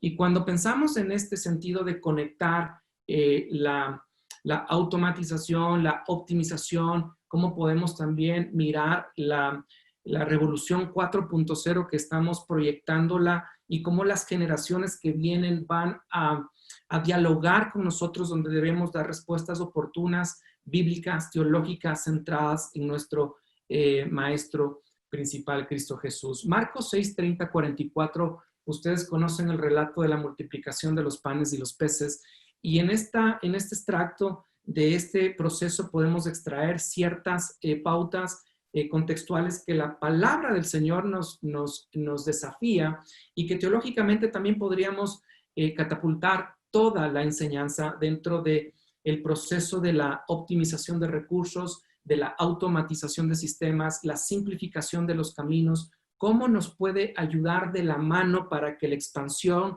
del reino de la palabra, del reino del Señor pueda ser expandido con su palabra. Creo que es importante que podamos reconocer lo que nos dice Marcos 6:30 al 44. Ustedes conocen el pasaje, pero lo voy a explicar. La necesidad será mayor, pero mayor es nuestro Dios para usarnos como instrumentos dentro de la gran necesidad que ahora se está viviendo. Y eso le tocó visualizar a Jesús y sus discípulos cuando se querían apartar de un lugar para poder descansar, pero la necesidad era imperante y había que atender. En este tiempo contextual creo que debemos atender mucha necesidad, pero hay un Dios que es grande, que nos puede ayudar en ese sentido.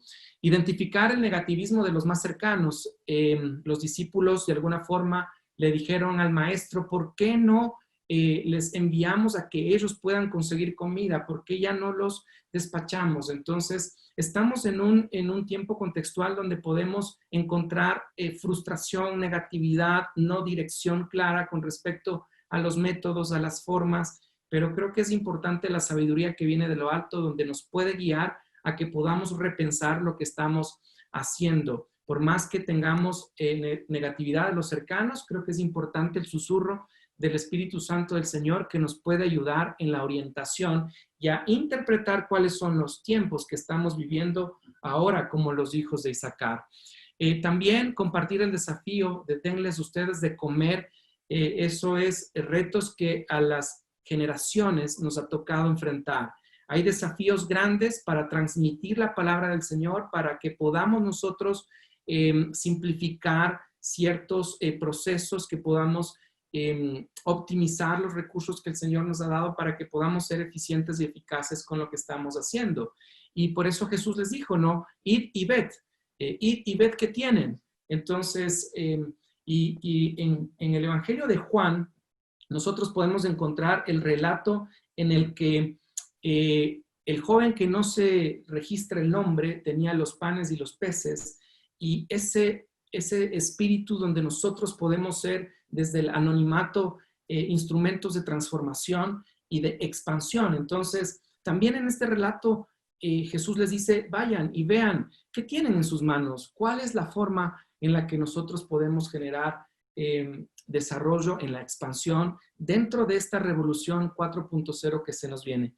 Planificación, organización y orden es un punto que nos deja cuando Jesús mira a la multitud, les manda a que ellos puedan hacer grupos de 50, de 100, y cómo empieza el proceso de multiplicación a través de su bendición, su aprobación en la contextualización. Podemos también mirar cuál es esa optimización de recursos que necesitamos.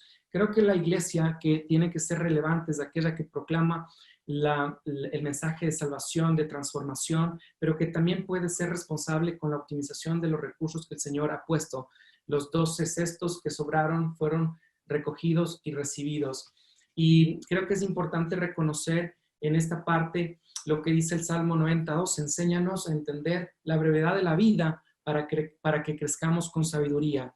Sin lugar a dudas, nuestra visión está en lo eterno. Hacia allá vamos, somos ciudadanos de Él, pero mientras estemos acá, creo que es importante que podamos integrar, innovar, reestructurar, redireccionar, reorganizar, y creo que en este sentido la sabiduría de lo alto nos ayuda a que nosotros podamos discernir los tiempos y que podamos también ajustar los ciclos económicos, los ciclos en los formatos de optimización y de transformación.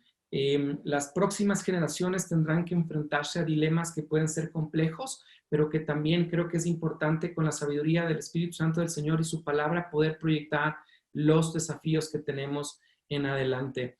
Así que es importante que podamos reconocer esa transformación de parte de nuestro Señor. Gracias por este tiempo que hemos podido compartir y es un privilegio disfrutar con ustedes en esta noche. Dios te bendiga por tu exposición. Gracias, hermanos. Vamos a hacerle una pregunta para Miguel Ángel. La segunda la hace Daniel y yo la tercera a Pablo. Miguel Ángel, ¿estamos listos? Sí. Dice, ¿la alianza está aceptando o rechazando abiertamente la teología ecléctica y la teología extrabíblica?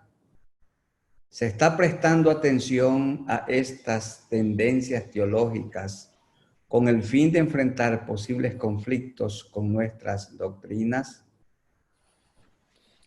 Es una buena pregunta, sobre todo a la luz de la exposición de Cristian. Yo creo que la alianza está de una u otra manera al pendiente de lo que puede suceder, particularmente con lo que es la teología que, diríamos, se opone a lo que sería la interpretación bíblica tradicional evangélica de las Escrituras. Los seminarios están de una u otra manera, hasta cierto punto, ¿verdad?, al cuidado de eso. Pero también es necesario entender aquí que nuestra tarea no puede ser necesariamente la de un policía, ¿verdad?, que está ahí pendiente de lo que sucede. Tenemos que desde la base, es decir, desde los sermones, los creyentes en la iglesia, estar seguros y estar sobre todo bien firmes en nuestras posturas teológicas. Lo que yo decía en mi presentación, ¿verdad? ¿Qué vamos a hacer con toda esta narrativa bíblica? La creación, el pecado, ¿verdad?, la caída, la salvación y todo lo demás. A nosotros nos parecería que eso es ya medio pasado de moda, pero yo creo que ahora es más que nunca relevante. Así que yo diría que sí, hay una alerta en nuestros seminarios, pero los pastores necesitamos reforzar eso a través de las enseñanzas, los sermones y lo que estamos dando en la iglesia. Gracias, Miguel Ángel. Muchas gracias. Daniel. Bueno, gracias. Esta pregunta para Cristian, entre tantas nomenclaturas así tan sociológicas, me quedo con una pregunta que resume un poco lo que otros también preguntaban, y lo que preguntan es, frente a esta realidad que está creciendo la incredulidad, y dentro de la incredulidad va el inclusivismo, el ateísmo, el agnosticismo, el pluralismo y todos los sismos que dijiste. ¿Cuáles serían las estrategias que crees que serían apropiadas para seguir expandiendo el Evangelio? ¿Cómo llegar con el Evangelio a estas personas? Interesante pregunta. Ayer hablaba con una persona al respecto. Me dijo, ella haciendo un análisis, decía, tenemos una serie crisis de liderazgo, así lo mencionó. Pero conversando llegamos a la conclusión que más bien es una crisis de formación, más que de liderazgo, ¿no? Creo que en algún momento nos han quitado las estrategias. Nosotros como iglesia, históricamente, comenzamos a intervenir en la edad temprana, formando discípulos, no cuando ya tenían una serie de pensamientos complejos, sino que llevando a los niños a la escuela dominical, desarrollando un buen sistema académico en las iglesias locales, donde las iglesias locales eran tan fuertes que eran capaces de proveer líderes nacionales, gente que tenía una vocación ministerial. Formábamos a nuestros adolescentes, a nuestros jóvenes fuertemente en la palabra, y en algún momento eso comenzó creo que a debilitarse. Lamentablemente creo que se falló y se está fallando en los conceptos más básicos del discipulado. Incluso hasta cuando nosotros pretendemos tener una estrategia o tipo fórmula, ¿viste? Una fórmula que te resuelva todas las cosas. Cuando uno va al texto bíblico y se encuentra con esta idea de discipular y de plantar iglesia, incluso a veces nos vamos más adelante y comenzamos a ver la respuesta exitosa, empezamos a leer el ser de la iglesia después de los 3.000, después de los 5.000, después de las conversiones masivas, porque ya tenemos una idea de cómo poder lograr eso, aparentemente. Pero a veces no revisamos en la esencia a la persona de Jesús, porque el plantador de la iglesia es Él, ¿no? Es Él el que inaugura el concepto de la iglesia y es Él el que dice que la iglesia como tal crece y se edifica sobre Él mismo. Y las puertas del Hades no van a prevalecer en contra de la iglesia, dice Jesús.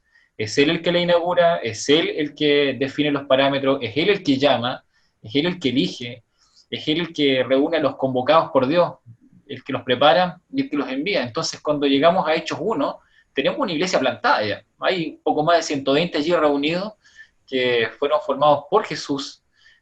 Algunos los conocemos por nombre y otros tantos son anónimos, de hecho, en la historia, pero sabemos que hay un número importante de personas allí reunidas que recibieron la enseñanza de Jesús y que constituyen esta base de iglesia que es capaz de enfrentar las situaciones más complejas y que en los momentos más difíciles ora de una manera tan profunda como lo que les mostraba allí, ¿no? Oran por denuedo, mira qué interesante, ¿no? Una iglesia que ora por valentía, o que ora por coraje, que ora por claridad, por franqueza, por libertad para predicar la palabra del Señor, y en ningún caso están orando ser eximidos de los problemas, de los conflictos, del sufrimiento, como lamentablemente se comparte hoy. No piden eso, simplemente piden la oportunidad de predicar fielmente la palabra del Señor, asumiendo que ser testigos del Señor implica, obviamente, ser discípulos de Él a todo evento, en toda circunstancia y en toda condición. Entonces necesitamos hoy una iglesia valiente. No podemos entender o comprender necesariamente todos los contextos que se están produciendo o que se van a producir, pero sí podemos ir a la base y sí podemos mirar la iglesia que plantó Jesús. Esa iglesia es referencia, lo ha sido a través de la historia, lo sigue siendo para nosotros hoy. Necesitamos ser esa iglesia valiente, con definiciones claras, con una atención profunda a la palabra de Dios. No podemos tener temor de enseñarle profundamente la Biblia a nuestros niños, ni profundamente la Biblia a nuestros jóvenes, ¿bien? En algún momento se puso de moda que era mejor entretenerlos que enseñarles doctrina. Eso es negativo, ¿sí? Los niños, los jóvenes, los adolescentes formados correctamente en la palabra del Señor van a ser grandes líderes, grandes maestros, grandes pastores y grandes misioneros. Creo que esa es la fórmula que nos enseñó Jesús y no me atrevo a crear ninguna nueva que se interponga en el camino de lo que Jesucristo nos enseñó directamente. Así que apelo a eso y voy a la base de lo que Él nos comunicó. ¿Bien? Gracias, muchas gracias, Cristian. Pablo, Pablo ya. Sí, pastor, acá estoy. Una pregunta para ti. Mira, hablando de Biblia, teología y contextualización, hoy algunos pastores tienen una fijación en el tema del judaísmo veterotestamentario. Hay el uso excesivo de palabras en hebreo, además la procura y llamado a celebraciones de fiestas del Antiguo Testamento.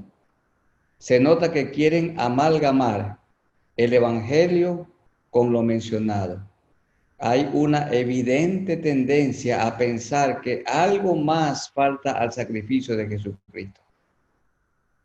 ¿Por qué se está dando esto en algunas congregaciones? Es una pregunta muy profunda y la verdad es que de alguna forma dentro de lo que se mencionaba en el oleaje teológico y el pensamiento interpretativo de la palabra nos puede dejar ciertas pautas o ciertos vacíos que no podemos cotejar dentro de la revelación de nuestro mensaje cristocéntrico y que de alguna forma hace que podamos tener una hilación entre la antigua normativa y la gracia que se puede vivir. Entonces, la verdad es que hay ciertos vientos de doctrina que han podido llegar a los corazones de las personas que de alguna forma han tenido cierta validez quizá en la información, pero no sé si en la interpretación, desarrollando un buen planteamiento hermenéutico, contextualizando bien, tanto en la parte actual como también en la parte de la palabra. Entonces, sí es importante saber que todo parte a través de la lectura, de la transformación de Cristo Jesús frente a las formas que podemos tener, porque Él puede transformar las formas sin tocar la esencia de la revelación transformadora de su mensaje.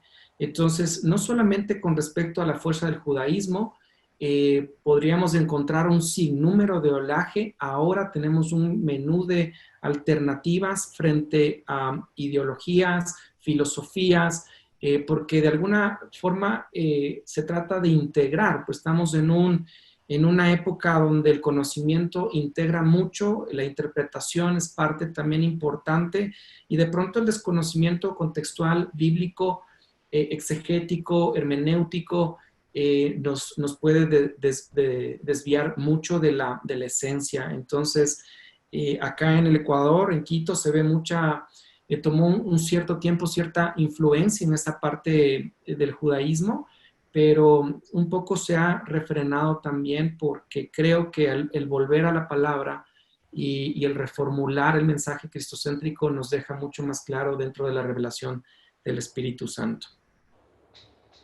Gracias, Pablo. Daniel, por favor, te toca presentar tenemos un cántico, un especial. Así es, gracias, Pastor David. Sí, queremos invitar también a sumarnos, a alabar al Rey, terminar este tiempo antes de despedirnos, antes de que te vayas y cortes la transmisión, poder alabar al Rey. Te invitamos a sumarte a la alabanza que nos traen los hermanos de la Iglesia Alianza de República Dominicana. Así que no te vayas y sé parte de este tiempo de alabanza a nuestro Rey y Señor Jesús.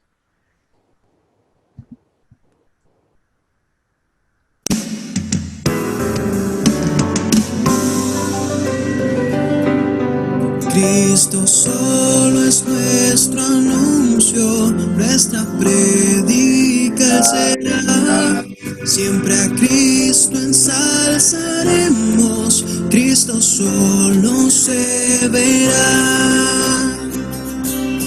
Cristo solo es quien nos salva, nuestras culpas Él borró, su justicia nos ha dado, con su sangre nos limpió. Cristo solo, Cristo siempre nuestro, todo en todo Él es, salva, santifica y sana, pronto viene otra vez. Cristo solo santifica, Él embarga nuestro ser, con su amor, fe, paz, pureza y la fuerza de vencer. Cristo solo, Cristo siempre nuestro, todo en todo Él es, salva, santifica y sana, pronto viene otra vez.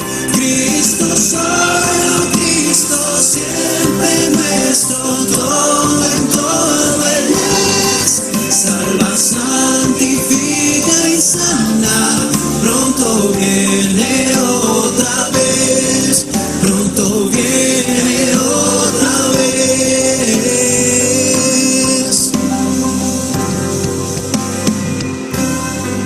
Jesucristo pronto viene, y a los suyos llevará, por los siglos sempiternos, con su pueblo reinará. Cristo solo, Cristo siempre nuestro, todo en todo Él es, salva, santifica y sana, pronto viene otra vez.